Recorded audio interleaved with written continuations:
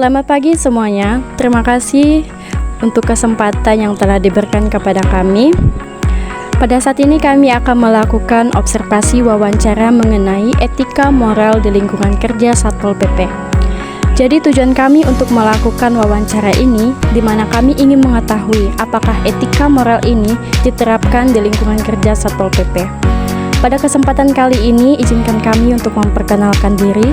Kami dari mahasiswa Universitas Katolik Santo Agustinus Hippo. Perkenalkan, saya Selventiani dengan NIM 202204011. Prodi Sistem Informasi, Fakultas Sains dan Teknologi. Baik, perkenalkan saya Timothy Andrean Dalending dengan NIM 202204007. Program Studi Sistem Informasi, Fakultas Sains dan Teknologi, Angkatan 2022. Demikian perkenalan kami. Selamat siang, Pak. Siang. Perkenalkan kami dari mahasiswa Universitas Katolik Santo Agustinus Hippo, program studi Sistem Informasi Angkatan 2022. Jadi di sini maksud dan tujuan kami untuk melakukan observasi wawancara. Kami ingin mengetahui beberapa poin yang mengenai tentang etika dan moral dalam lingkungan kerja Satpol PP. Jadi ada beberapa poin yang akan kami tanyakan pada hari ini, yaitu ada 4. Poin yang pertama mengenai etika bawahan dan rekan dalam berkomunikasi dengan rekan kerja, atasan, dan bawahan. Jadi untuk pertanyaan yang pertama, bagaimana cara Satpol PP berkomunikasi secara profesional dengan atasan, bawahan, dan sesama kerja? Untuk yang pertanyaan yang kedua, sejauh mana komunikasi di internal instansi dijaga agar tetap sopan, terbuka, dan saling menghargai? Mungkin bisa langsung Pak. Baik, terima kasih Dek. Jadi langsung saya jawab aja ya.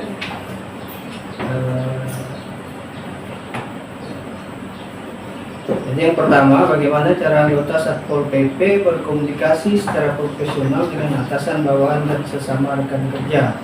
Cara anggota Satpol PP berkomunikasi. Jadi sebenarnya tidak ada aturan main yang bagaimana. Jadi komunikasi itu tetap berjalan seperti apa adanya, mengalir saja. Cuma di dalam ketentuan di birokrasi kan pasti berdasarkan kepangkatan dan lain sebagainya. Jadi tidak ada yang spesifik sih mengatur tentang komunikasinya seperti apa, karena kita kan orang sipil. Jadi kita saling menghargai, atasan menghargai bawahan, bawahan menghargai atasan. Kita berkomunikasi secara efektif dalam pelaksanaan tugas-tugas baik itu di lapangan maupun di kantor. Jadi sesuai dengan etika kita masing-masing lah.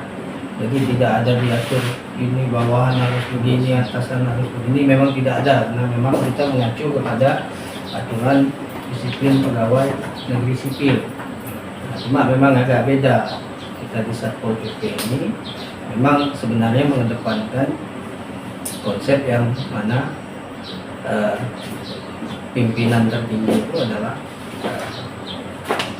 atasan yang memang harus kita hargai apapun kebijakan dan lain sebagainya, karena kita menerima perintah itu dari atasan. Karena kita Satpol PP selaku penegak perda agak berbeda, tapi secara ini sih memang tidak ada. Cuma kita melaksanakan perintah-perintah tugas itu memang strukturnya jelas ya, bisa ke bawah. Jadi ya kalau misalkan sejauh mana komunikasi di internal instansi dijaga agar tetap sopan, sebenarnya kalau menurut saya ini ya sudah terjaga. Karena kita di sini sudah teruji, kita profesional, kita tetap melaksanakan perintah baik itu internal yang mana atasan kita langsung seperti Satpol PP maupun perintah dari kepala daerah. Karena pada dasarnya kita penegak perda ini kan melaksanakan kebijakan, mengawasi kebijakan kepala daerah. Nah, yang mana di internal kita ini ada strukturnya juga, ada kasat PP, ada sekretaris, ada kabit, kasih sampai anggota. Jadi sebenarnya komunikasi itu kita lakukan yang wajar-wajar gitu, biasa sih kalau itu tidak ada. Terus lanjut. Jadi untuk dalam berkomunikasi etika ini sudah diterapkan di negara kerja ini, yang tidak melihat bawahan maupun atasan gitu ya Pak. Tapi yang kedua, Baik. Nah, untuk yang kedua itu etika penggunaan teknologi informasi termasuk media sosial. Nah, pertanyaan yang pertama itu bagaimana aturan ini di instansi ini terkait penggunaan media sosial oleh anggota selama jam kerja. Dan yang kedua, bagaimana teknologi digunakan untuk mendukung tugas dan pelayanan publik di Satpol PP. Nah, boleh langsung Oke. dulu. Etika penggunaan teknologi informasi, yang pertama bagaimana aturan sanksi ini terkait penggunaan medsos oleh anggota selama jam kerja. Ini tidak ada aturan sebenarnya ya, kalau kita melaksanakan tugas, aktivitas yang kita lakukan di sini ya di sela-sela kita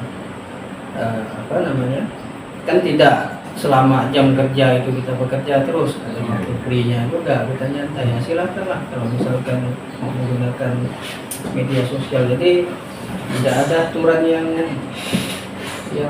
mengatur tentang itu gitu. Cuma ya kita selaku penegak perda pasti kawan-kawan paham bagaimana cara yang baik menggunakan media sosial. Jadi tidak ada aturan sih, cuma itu sebenarnya lebih kepada kembali ke kita masing-masing selaku penegak perda ya, otomatis biarpun tidak diatur secara spesifik harus begini ya, kita udah tahu aturan mainnya seperti apa. Jadi yang kedua itu tadi yang pertama deh ya. Nah, jadi yang kedua bagaimana teknologi digunakan untuk mendukung tugas dan pelayanan publik di Satpol PP ya. Ini kita gunakan teknologi ini melalui media sosial dan sebagainya. Kita ada IG, ada Facebook juga. Layanan kita kepada masyarakat itu dalam bentuk laporan. Jadi mempermudah akses masyarakat menyampaikan informasi kepada kita terkait dengan penegakan perda. Nah, mereka bisa menyampaikan itu melalui media sosial. Jadi mereka tidak harus ke sini, sampaikan, kita respon apa problemnya, apa permasalahannya. Ya kalau misalkan itu memang menjadi tugas kita laksanakan sesuai dengan tugas fungsi kami di Satpol PP. Jadi begitu kira-kira deh ya, teknologi digunakan untuk mendukung tugas ya udah, itu sepertinya itulah. untuk etika media sosial juga. Untuk poin yang ketiga itu penanganan konflik atau pelanggaran etika di lingkungan kerja. Mungkin ada beberapa misalnya anggota Satpol PP yang kayak melanggar aturan kayak atau komunikasinya tidak baik, jadi menimbulkan suatu konflik. Jadi untuk pertanyaan pertama itu, apa langkah pertama yang dilakukan jika terjadi pelanggaran etika di antara anggota? Yang kedua, siapa yang biasanya bertanggung jawab menyelesaikan konflik etika, pimpinan langsung atau tim khusus? Nah, ini penanganan konflik atau pelanggaran etika di lingkungan kerja. Jadi memang agak berbeda kalau misalkan kami di Satpol PP, walaupun kami bagian dari ASN, tapi kami diatur sendiri kalau urusan tentang penanganan pelanggaran etik. Jadi kita berdasarkan Permendagri nomor 16 tahun 2023 ya Pak. Nah, itu diatur di situ tentang SOP dan kode etik Satpol PP. Jadi atas pelanggaran atau penanganan konflik etik di lingkungan kerja Satpol PP ini diatur di situ. Jadi kalau misalkan pertanyaan langkah apa yang dilakukan jika terjadi pelanggaran etik, ya kita sesuai dengan aturan yang ada di Permendagri itu nomor 16. Jadi misalkan yang melanggar disiplin, ya kita tindak. Siapa yang melakukan penindakan? Nah, memang ada ruang, ada yang bertanggung jawab di situ. Nah, di Satpol PP ini ada PTI. Nah, seperti yang dipakai Pak David ini, sana tindak internal. Nah, beliaulah yang menindak anggota-anggota yang melanggar disiplin, etik dan lain sebagainya, itu sesuai dengan aturan yang ada di peraturan Menteri nomor 16 itu. Terus siapa yang biasanya bertanggung jawab menyelesaikan konflik etik pimpinan langsung atau tim khusus? Nah, seperti yang kami sampaikan tadi, diawali oleh PTI. Jadi PTI itu fungsinya untuk mengawasi kalau misalkan itu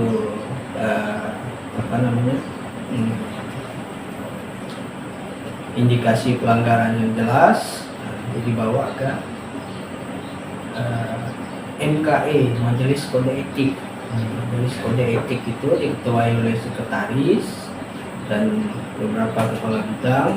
Nah, lalu nanti diputuskan apa sanksi terhadap pelanggaran yang sudah dilakukan. Nah, itu di Majelis Kode Etik itu nanti dijelaskan.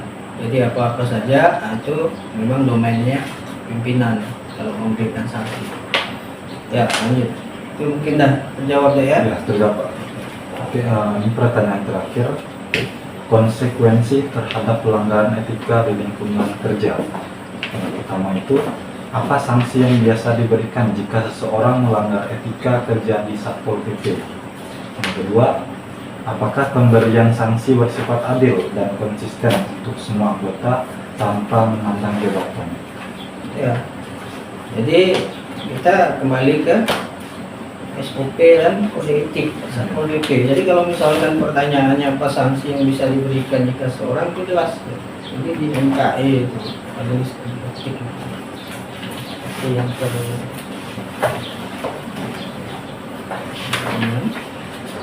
ini ada konsekuensi dari pelanggaran itu semua. Jadi diputuskan oleh Majelis Kode Etik. Nanti ada di sini semua. Kalau misalkan perlu, ya, sanksinya juga ada di sini. Konsekuensi dari pelanggaran disiplin apapun yang dilakukan oleh anggota Satpol PP ada di sini. Jadi memang saya mau menyampaikan secara detail apa pelanggarannya kan banyak. Nah, lalu sanksi yang diberikan itu tadi sesuai dengan apa yang tercantum di sini. Jadi memang kita selama ini penerapan sanksinya kalau internal berdasarkan Permendagri ini nomor 16 tahun 2023 tentang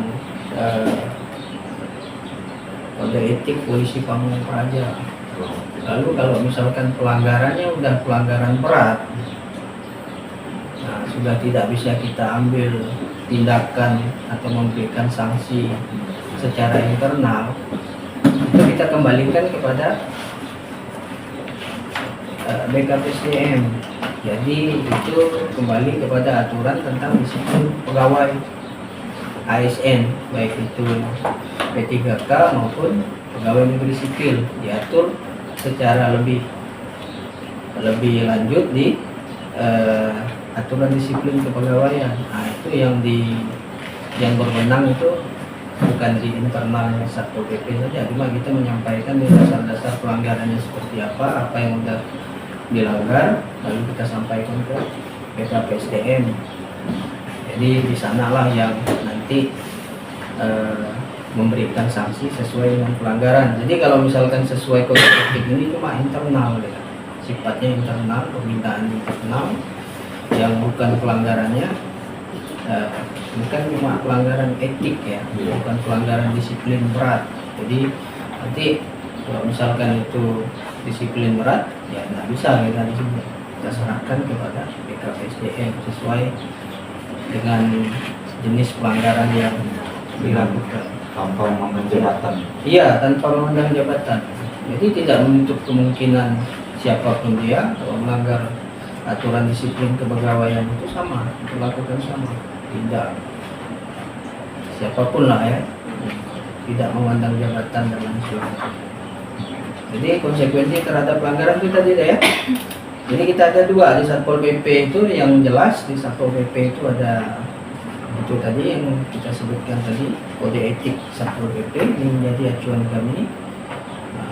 Lalu standar operasional ini kan karena dia dalam satu ini sih, dalam satu Permen Peraturan Menteri nomor 16 ini mengatur yang pertama itu SOP, kedua kode etik. Jadi terkait dengan pertanyaan adik-adik ini kan berarti tentang apa pelanggaran etik ya diatur sesuai dengan aturan yang di kode etik ini untuk Satpol PP. Mungkin itu ya. Baik, terima kasih untuk jawabannya dan pandangan Bapak terhadap beberapa poin-poin yang mau saya sampaikan. Mungkin sampai di sini pertanyaan yang kami berikan. Terima kasih untuk jawabannya dan waktu